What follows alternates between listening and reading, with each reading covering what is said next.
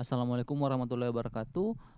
Pendengar setia channel Eva Privat, kali ini kita akan membahas topik yang cukup umum, tapi wajib untuk diketahui oleh setiap guru. Ya, kita akan membahas terkait dengan 15 kompetensi wajib yang harus dimiliki oleh seorang guru profesional. Ya, jika teman-teman masih dalam keadaan PPG ya atau seorang guru penggerak, maka wajib untuk mengetahui juga terkait dengan 15 kompetensi ini. Ya, yang pertama adalah pemahaman materi pelajaran.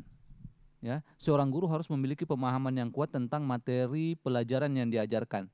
Bahkan saya sering mendengar bahwa seseorang boleh saja mengetahui metode, strategi atau model pembelajaran, tapi jika mereka tidak mengetahui atau tidak memahami materi pelajaran, maka mereka tidak penting untuk tidak bisa mengembangkan proses pembelajaran ya, karena tanpa pemahaman akan materi, model, metode dan strategi itu menjadi tidak begitu penting atau tidak begitu berguna ya, karena hanya akan menghasilkan miskonsepsi pada siswa. Itu jadi yang paling pertama ya, diletakkan paling utama adalah pemahaman materi pembelajaran.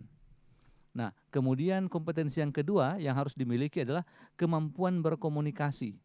Guru harus dapat berkomunikasi dengan jelas, efektif, baik dalam menyampaikan informasi apapun maupun mendengarkan siswa. Ya, jadi kemampuan berkomunikasi ini harus ditunjukkan dengan hubungan interaktif ya, dua arah minimal ya, hubungan interaktif ya, dengan komunikasi dua arah, komunikasi dua arah ya, dari siswa ke guru, dari guru ke siswa ya. Bahkan juga guru dalam hal berkomunikasi ini harus menyesuaikan ya, menyesuaikan level ya, istilahkan saja level bahasa dengan tingkat peserta didik ya, dengan level peserta didik itu ya. Kalau levelnya masih SD atau masih TK ya tidak boleh menggunakan bahasa selevel tingkat SMA gitu ya. Itu yang dimaksud dengan kemampuan atau kompetensi berkomunikasi yang efektif ya. Nah, kemudian yang kedua adalah kemampuan mengajar. Nah, ini tadi erat kaitannya dengan model, metode, dan strategi gitu. Karena guru harus dapat mengajar dengan cara yang mudah dimengerti oleh siswa dan memotivasi mereka untuk belajar, ya. Guru yang baik bukan hanya guru yang mampu transfer knowledge gitu, tapi guru yang bisa memotivasi. Alih-alih memotivasi, lebih bagus juga kalau gurunya bisa menginspirasi, ya. Menginspirasi siswa atau peserta didik itu ya. Nah, gitu. Karena kalau kita bisa menginspirasi, maka mereka tidak hanya akan belajar pada saat jam sekolah saja gitu, tapi ketika mereka tiba di rumah, ketika mereka sudah terinspirasi, mereka sudah termotivasi, maka mereka akan belajar kembali. Nah, dan belajar akan dengan kemauan sendiri, ini akan meninggalkan bekas yang lama gitu ya. Jadi kemampuan ketiga adalah kemampuan mengajar dan kemampuan memotivasi peserta didik. Kemudian yang keempat adalah pemahaman tentang proses pembelajaran. Nah, ini juga tidak kalah penting ya, karena guru harus memahami bagaimana siswa belajar sehingga guru mampu merancang pengalaman belajar yang relevan ya. Di antaranya itu adalah terkait dengan bagaimana mengajarkan sesuatu yang kontekstual, memberikan contoh-contoh yang erat dengan kehidupan sehari-hari. Ya, ini termasuk dalam pemahaman tentang proses pembelajaran yang baik ya. Nah, ini kompetensi keempat. Nah, sedangkan kompetensi kelima adalah kemampuan mengelola kelas. Ini juga tidak kalah penting ya, karena guru harus mengelola kelas dengan efisien, termasuk mengatasi disiplin dan menjaga suasana kondusif untuk belajar. Nah, ini diantaranya ini termasuk bagaimana menyusun kursi ya, bagaimana menyusun meja ya, supaya siswa itu bisa belajar dengan efektif dan efisien. Nah, seperti itu ya. Biasanya pengisian kelas ini itu utamanya dilakukan di awal sebelum proses pembelajaran dimulai ya.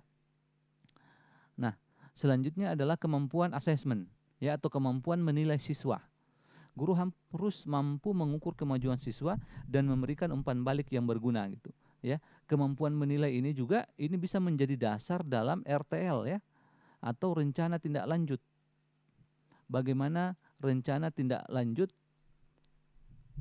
yang akan dilakukan siswa setelah melakukan asesmen, kemudian sudah ada penilaiannya, baik itu penilaian sikap, pengetahuan, dan keterampilan ya.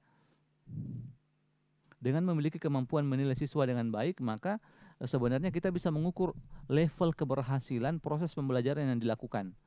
Nah, jadi ini juga sangat penting ini, ya. Adalah kemampuan mengenal siswa. Guru harus dapat memahami kebutuhan, minat, dan potensi individu siswa. Kenapa ini penting? Karena kita tahu bahwa dalam satu kelas itu sangat heterogen, ya. Kita tidak bisa memberikan perlakuan yang sama untuk semua siswa. Tapi tentu saja juga kita tidak bisa memberikan perlakuan yang berbeda untuk semua siswa, karena itu akan sangat menyerap waktu gitu ya. Sehingga ini sangat penting untuk guru mengenal kemampuan siswa, ya. Baik, itu kompetensi yang ketujuh. Kemudian kompetensi yang kedelapan adalah guru harus dapat beradaptasi dengan berbagai situasi dan perubahan dalam pendidikan, ya. Itu kenapa salah satu hal yang harus dimiliki oleh guru adalah keinginan untuk terus belajar hal baru, karena ilmu pengetahuan, ya, kemudian metode pembelajaran, strategi dan model itu juga terus berkembang. Bahkan kurikulum juga terus berkembang gitu, sehingga guru yang baik itu harus memiliki kemampuan beradaptasi yang tinggi, ya. Kemudian yang kesembilan adalah kemampuan kolaborasi, ya. Guru harus mampu bekerja sama dengan guru, ya, staf sekolah dan orang tua siswa, ya. Kalau kaitannya dengan PPG Prajabatan atau dengan guru penggerak, ya, kemampuan kolaborasi ini sering disebut dengan BPWR, ya, kompetensi BPWR, yaitu building,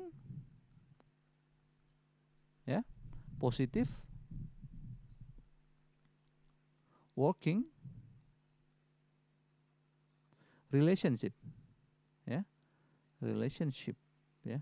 Jadi kemampuan kita untuk melakukan kolaborasi dengan semua orang gitu ya, dengan pihak luar sekolah pun juga gitu. Dan bukan hanya sekedar berkolaborasi, tapi harus mempertahankan kolaborasi itu agar kita bisa mencapai tujuan, ya. Ini sangat penting. Sering sekali diulang, ya.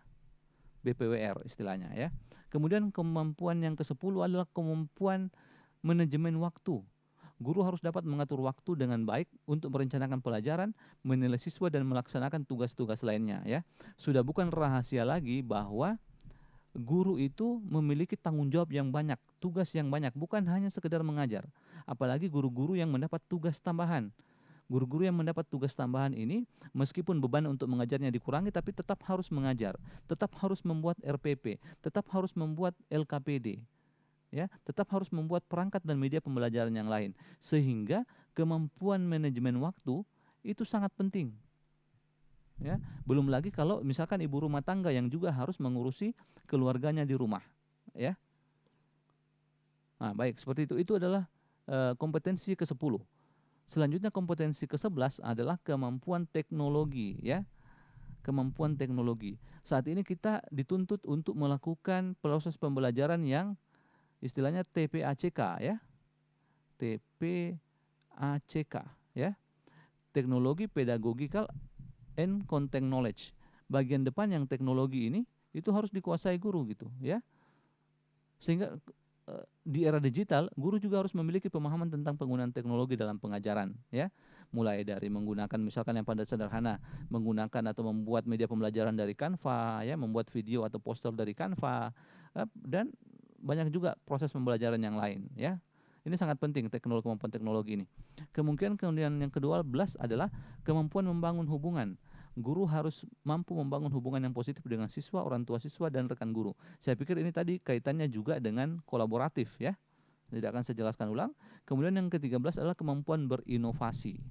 Guru harus dapat menciptakan strategi pengajaran baru dan terus memperbarui pendekatan mereka, ya. Ini sangat penting saya pikir, ya, kemampuan untuk berinovasi, ya.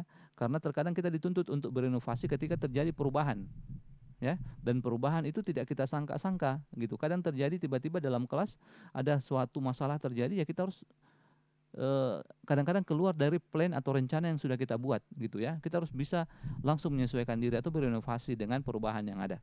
Kemudian yang ke-14 adalah kemampuan pemecahan masalah.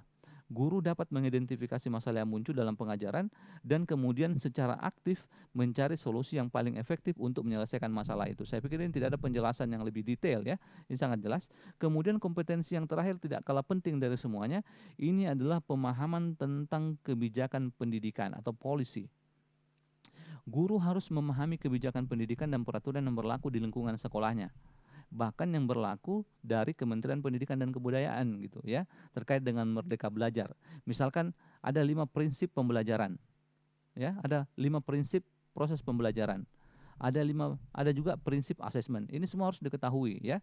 Ada langkah-langkah dalam memahami peta konsep kurikulum merdeka misalnya. Ini harus dipahami oleh guru ya.